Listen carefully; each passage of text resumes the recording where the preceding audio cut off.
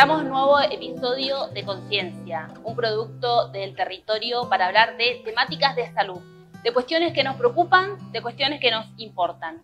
En este caso vamos a referirnos a la prevención, a la lucha contra el cáncer de mama. Y para eso la invitamos a la doctora especialista en mastología, la doctora Laura Ruiz Díaz. Buenas tardes, doctora, gracias por ser parte de este ciclo. Buenas tardes y muchas gracias por la invitación. Como en todas cuestiones de salud, cuanto más temprano mejor, ¿no? El diagnóstico precoz es clave. Entonces, ¿qué tener en cuenta, qué aconsejar a las mujeres para ir a la primera consulta? Bueno, lo que dijiste es fundamental, básico, y lo primero que quiero hacer hincapié es que tengamos presente que tenemos que hacer, en principio, nuestros controles anuales. Bueno, en este caso hablamos de mastología, de mama, que es lo que me compete a mí, ¿no? Pero en todos los aspectos de la salud creo que esto es fundamental. La primera consulta en realidad la pueden hacer, y eso es también importante recalcarlo, la consulta al especialista en mastología la pueden hacer en forma espontánea, no necesitan tener una derivación de otro profesional, pueden acercarse para despejar dudas o simplemente para hacer un examen. Eso con respecto a la visita a un mastólogo, como primera consulta que me decís. Y la edad en la cual se aconseja, y bueno, mujeres mayores de 25 años, lo ideal sería que tengan una consulta con un especialista para un primer examen mamario. Obviamente los controles con exámenes complementarios como mamografía y ecografía, bueno, se lo indican en otras edades y de acuerdo a cada caso en particular. A cada caso en particular, ¿no? ¿Qué indicadores deberían o debe tener en cuenta la mujer para ir a esta primera consulta a un mastólogo, indistintamente de que está derivado o no por su ginecólogo o su médico de cabecera? Yo siempre también recalqué, y hoy hablé también en otra entrevista, que creo que el examen mamario lo tenemos que tomar como algo muy habitual, digamos, si hablamos en términos de especialidad, porque también tenemos el autoexamen, que bueno, después hablaremos de eso. Pero creo que el examen mamario hay que tomarlo como una parte más del examen ginecológico al cual concurrimos todas las mujeres a hacernos un Papá Nicolau una vez al año. El examen mamario es claro, y hacemos una vez al año. Y el examen mamario es lo mismo, porque también es un órgano genital femenino, al igual que cuando realizamos un Papá Nicolau, o sea que formaría parte del examen ginecológico. Y eso lo hacemos una vez al año. Obviamente que eso lo hacemos con nuestro ginecólogo de cabecera. Obviamente que si queremos un examen con un mastólogo, porque queremos simplemente o porque tenemos algunas dudas o algún dolor o algo, queremos sacarnos algunas dudas que quedaron, podemos concurrir. Y la edad, como dije, 20, 25 años ya podemos hacer un examen, obviamente el ginecológico, y dentro del ginecológico está el mamario. Eso es el concepto que tenemos que tener, que las mamas forman parte de los órganos genitales femeninos, con lo cual hay que examinarlos una vez al año con un médico. De lo que usted ve en consultorio, ¿en qué estadio llega esa consulta, digamos, esa pregunta de la mujer? Si está enferma, si tiene un tumor y es derivada por otro profesional, o incluso algunas mujeres vienen porque directamente como se autoderivan, decimos nosotros, vienen directamente a la consulta o porque se palparon algo durante su autoexamen y vinieron. Y los estadios, si hablamos de enfermedad en sí, va a depender de esto. Si es una mujer que se palpó algo, un nódulo, ya estamos hablando de un nódulo de más de 1 centímetro, 2 centímetros, que eso sería el tamaño en el cual una mujer puede palparse un nódulo. Porque si es menor, es un poco difícil que por el autoexamen palpemos eso. Generalmente, los estadios muy iniciales se los diagnostica con exámenes complementarios como mamografía o ecografía. Usted habla mucho del autoexamen, lo dijo en varias oportunidades. ¿Cómo se hace el autoexamen? ¿Cómo debería una mujer hacerlo correctamente? Y si identifica algo en su cuerpo, se asusta, entra en crisis? ¿Qué es lo que le debería generar cierta alerta? Bueno, en principio quiero hablar del autoexamen y decir para qué sirve. El autoexamen, o sea, la clave, el objetivo del autoexamen sería que la mujer tome conciencia que tenemos dos mamas y que tenemos que examinarlas. Eso en principio. Por eso es fundamental que lo realice en forma periódica, puede ser una vez al mes, cada 2 meses. El examen lo podemos hacer en la ducha, frente al espejo, sentada, en la cama, en cualquier lugar. Y la idea, yo siempre aconsejo hacerlo frente al espejo porque lo primero sería observar las mamas, ver la coloración de la piel, familiarizarnos con la mama de manera que ante un mínimo cambio lo detectemos rápidamente en forma visual, ¿sí? Si hay una retracción del pezón, si hay un cambio en la coloración de piel, y después pasaríamos a la palpación, que la palpación también la podemos hacer frente al espejo, en la ducha o acostada. La palpación consiste en colocar la mano, una mano detrás de la nuca y utilizar la mano contralateral para la palpación. Siempre utilizar las yemas de los dedos porque es el área más sensible que tenemos en las manos y el movimiento sería como si tocáramos un piano. Se inicia el autoexamen en forma circular, en forma radiada, puede ser desde afuera hacia adentro y terminar con el pezón, en el pezón y una leve expresión, apretar un poquito el pezón para también ver si nos sale algún tipo de líquido, por ejemplo sangre u otro líquido. Y yo también siempre aconsejo que esa palpación la deberíamos extender también a la axila, tocarnos la axila para ver si no hay algún ganglio, un nódulo. En principio vamos a ver un nódulo y bueno, después se investigará de cuál es el origen del nódulo, que si está en la axila generalmente son ganglios. Empezar con un lado y después seguir con el otro lado. Y siempre iniciar con el examen visual, ¿no? Conocer cómo son los pezones. Hay algunas mujeres que tienen el pezón invertido desde nacimiento, o sea, nacieron de esa manera. Entonces, si está familiarizada, ya saben que el pezón es así, fue siempre así, que no es que por un tumor o algo está retraído, sino que siempre fue así. Ahora, me imagino, ¿no?, que cuando en un autoexamen la mujer identifica algo en sus mamas, el susto y la preocupación, los ganglios, los nódulos que se puede identificar, siempre son sinónimo de cáncer, siempre sinónimo de algo malo. No necesariamente, o sea, lo habitual es que no sea algo malo, o sea, el mayor porcentaje de nódulos mamarios son benignos, ¿sí? Y lo básico en esto es justamente no tener miedo. Si encontramos algún cambio, algún nódulo, un cambio de coloración en la piel, creo que lo importante es concurrir a la visita con un especialista y sacarnos todas las dudas, porque seguramente va a haber un examen físico y también una ecografía, una mamografía, entre otros estudios, pero estos son los iniciales, digamos. Después, si el especialista cree pertinente, va a pedir otro tipo de exámenes.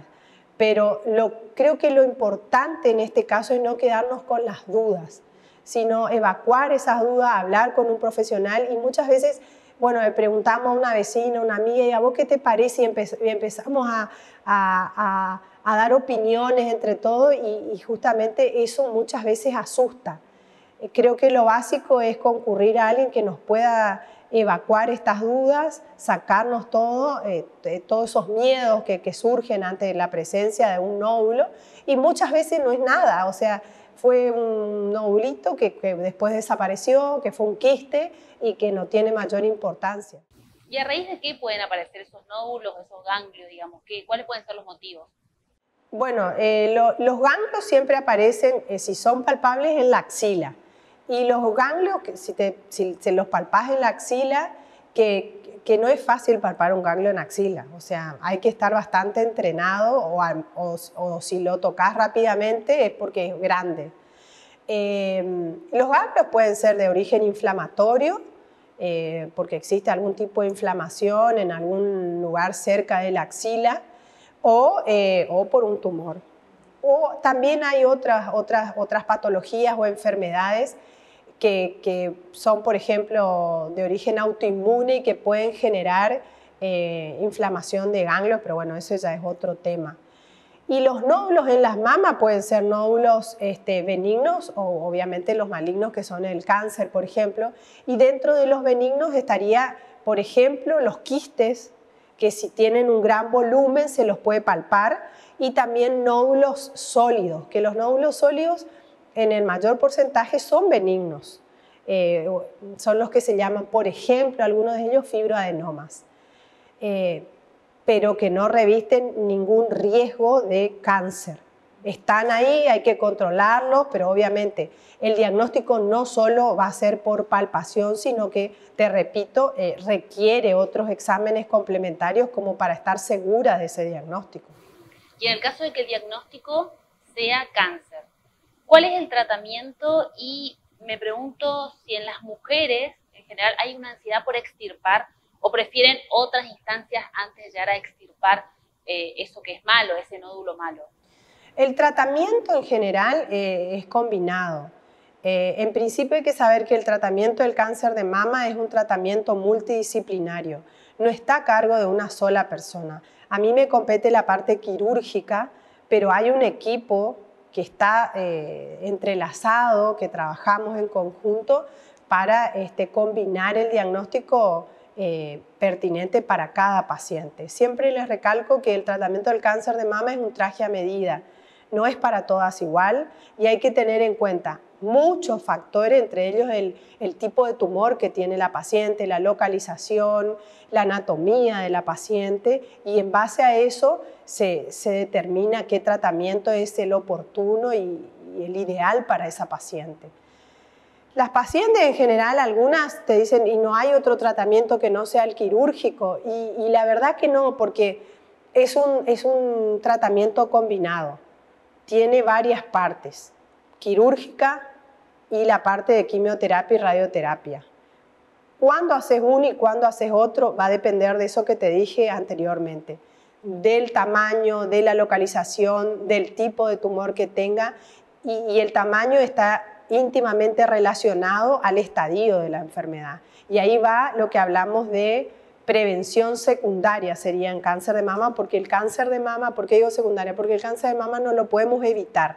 No hay algo que yo diga, sé esto que no vas a tener cáncer. ¿Hay algo que dé garantías que no voy a tener esa enfermedad? No existe. Existe la prevención secundaria. ¿Qué es la prevención secundaria? Detectarlo a tiempo, en forma precoz. Y de eso también va a depender el tratamiento, porque no es lo mismo un tumor localmente avanzado que un tumor en un estadio inicial. El tratamiento va a ser totalmente diferente. Por eso se le explica a la paciente y se les da todas las opciones terapéuticas que muchas veces ella no puede, o sea, se explica que lo ideal es iniciar de esta manera, por ejemplo, si va a hacer cirugía y se permite la anatomía de la paciente, operarla en principio, se opera y después se completa con los otros tratamientos. O hay casos en los cuales no se puede operar de inicio porque el tumor está mal localizado, es muy grande o tiene diferentes inconvenientes para operarlo. Entonces se inicia con, por ejemplo, una quimioterapia para lograr la reducción del tamaño del tumor y de esa manera después, en un segundo tiempo, hacer la cirugía. ¿Los hábitos de la persona influyen en alguna medida en que aparezca o no la enfermedad? Si bien no hay nada, usted lo ha dicho, digamos, no hay nada que garantice que la mujer no va a tener esta enfermedad, pero puede tener determinados hábitos que en alguna medida favorezcan eventualmente si tuviese que enfrentar esta patología. En realidad los hábitos no me van a modificar el hecho de que aparezca o no la enfermedad. El cáncer es una enfermedad que está relacionada a factores, o sea, del ADN. No hay algo que yo te diga, comé sano, que vos no vas a tener cáncer. No existe esto. Sí coadyuvan a muchas formas y estilos de vida que se cree que pueden disminuir los factores, pero nunca va a llegar a cero, ¿sí? ¿Por qué? Porque un hábito, un estilo de vida saludable en general está asociado a una reducción de la masa grasa de la mujer, ¿Por qué? Pues todo tiene su explicación científica, digamos, porque la grasa libera, por ejemplo, estrógenos, que los estrógenos, que son hormonas, también actúan sobre el tumor. Entonces hay hábitos y estilos de vida que disminuyen un poco los riesgos, pero nunca lo van a bajar a cero, jamás. ¿Hay datos? Bueno, usted ha trabajado en el sector público, se desempeña activamente en el sector privado. ¿Hay datos de la incidencia del cáncer de mama en Misiones y en la región? En realidad, yo ahora no estoy en el sector público hace un par de años, pero lo que te puedo decir a modo general es que el cáncer de mama en el mundo, ni siquiera en la Argentina, ni estoy hablando en Misiones, es la primer causa de cáncer en la mujer, ¿sí? Y por eso es la primer causa de muerte por cáncer en la mujer. Y tiene una característica, en Misiones es también la primer causa de cáncer. En realidad, junto con el cáncer de cuello uterino son los dos cánceres que están más, tienen mayor porcentaje en la región. La Argentina en sí tiene una característica muy particular, que a nivel mundial, si nosotros vemos el GloboCam, que el GloboCam es una página en la cual se puede acceder gratuitamente, donde tenemos el mapa de todo el mundo y en diferentes colores van desarrollando los distintos tipos de cánceres, ¿sí? Y si observamos en ese mapa, vemos que la Argentina, la incidencia de cáncer, se comporta como los países del primer mundo. Porque en los países del primer mundo, el cáncer de mama forma parte de la primer causa de cáncer en la mujer. Así se comporta la Argentina junto con Uruguay. Pero si volvemos a mirar este mismo mapa, pero como mortalidad, la Argentina se comporta como un país subdesarrollado, es decir, como África o como otros países subdesarrollados donde las pacientes mueren más por esta causa, porque si bien en los países del primer mundo tienen mucho cáncer de mama, no tiene mucha mortalidad por esta enfermedad. Y acá tenemos mucha incidencia y mucha mortalidad.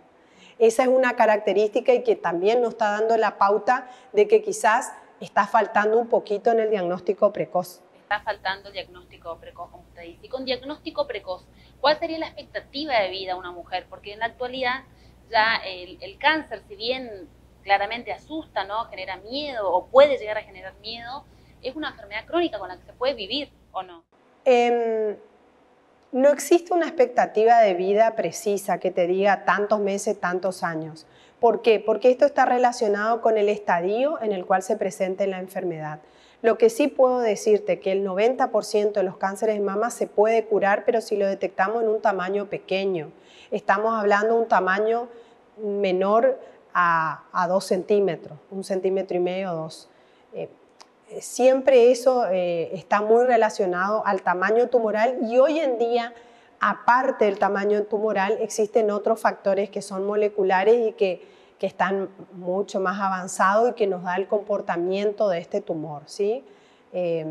Dependiendo del tipo específico molecular, algunos tumores se comportan de una forma más agresiva y de otros. Por eso no existe algo que sea, como te dije, esto es un traje a medida. Todos son diferentes y se van combinando con otros cofactores que tiene esa propia paciente, porque al paciente vos lo tomás en conjunto y no solo a la mama, porque vos estás relacionando un órgano que sería la mama con todas las comorbilidades que tenga esa paciente. No es lo mismo una paciente hipertensa, diabética y con otras patologías que una paciente que no tenga nada. Entonces es bastante variable, pero creo que el concepto es que podemos ofrecer un tratamiento con objetivo de curación, pero sí lo detectamos y volvemos al inicio en forma precoz. Doctora Ruiz Díaz, usted lleva adelante lo que es la letra rosa, ¿no? Y quiero vincular esto a lo emocional, al aspecto emocional. ¿Cuán importante es lo emocional, así como lo quirúrgico, así como la quimioterapia el acompañamiento? ¿Qué lugar ocupa cuando se está tratando a una paciente que tiene cáncer? Y bueno, ¿cómo surge esto de la letra rosa? Lo emocional siempre es importante y creo que ahí vuelvo a lo que hablamos al principio, que el enfoque del cáncer de mama es multidisciplinario y dentro de ese equipo multidisciplinario se encuentra la psico-oncología, es decir, aparte de la parte quirúrgica, oncológica, de kinesiología, cirugía plástica y todo lo que involucra, nutrición también, está la psico-oncología que realiza el acompañamiento de estas pacientes. Porque obviamente acá tenemos que entender que es un equipo, siempre digo, 50% tenemos nosotros como médicos el objetivo de curar a esta paciente, pero tenemos que tener el otro 50% que va a estar dado por la propia paciente y eso conlleva todo su entorno, el acompañamiento que tenga, cómo está emocionalmente esta paciente para que también se adhiera al tratamiento, porque no es lo mismo una paciente que está deprimida, que está mal, o no es igual a una paciente que tiene otras ganas, ¿sí? Y esto se ve en el tratamiento y se nota que es otra la respuesta. Entonces creo que es muy importante porque es un todo, es una persona y un paciente con todo lo que implica su vida, su historia, y creo que esa fue la base de la letra rosa. Porque la letra rosa en realidad surgió con un libro que yo decidí escribir, que ya lo publiqué, y con ese libro fueron historias que contaron mis pacientes, y ahí realmente me di cuenta que yo accedía a solo una parte de la historia, o sea, de lo que la paciente podía contarme en la consulta, que no me va a contar todo lo que pasó en la casa, lo que vivió y todo. Entonces, es como que esa parte yo no podía acceder, no me daba cuenta, digamos. Entonces, a partir de eso, empecé a indagar y a darme cuenta y a observar otras cosas, y bueno.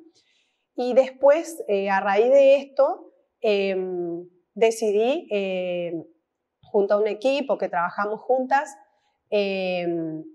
hacer la letra rosa, que bueno, la primera edición fue hace 2 años atrás, bueno, por la pandemia no se hizo.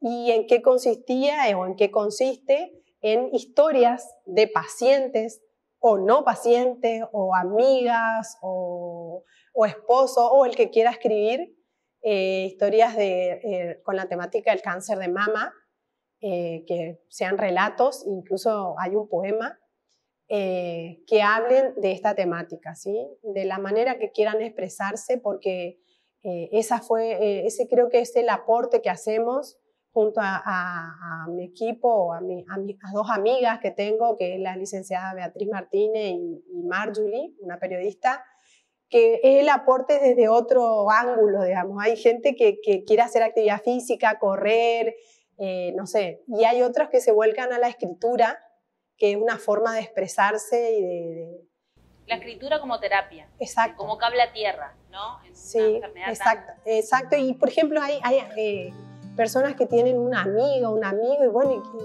y surge escribir y escriben cosas divinas, hermosas, muy emotivas, y creo que hay que permitir a las personas expresarse desde el punto de vista que quiera.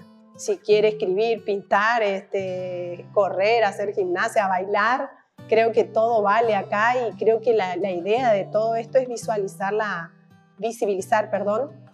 temática y que todos podamos aportar desde donde estamos. Bueno, muchísimas gracias, doctora Laura Ruiz Díaz, por compartir esto en el marco del Mes Rosa. Gracias.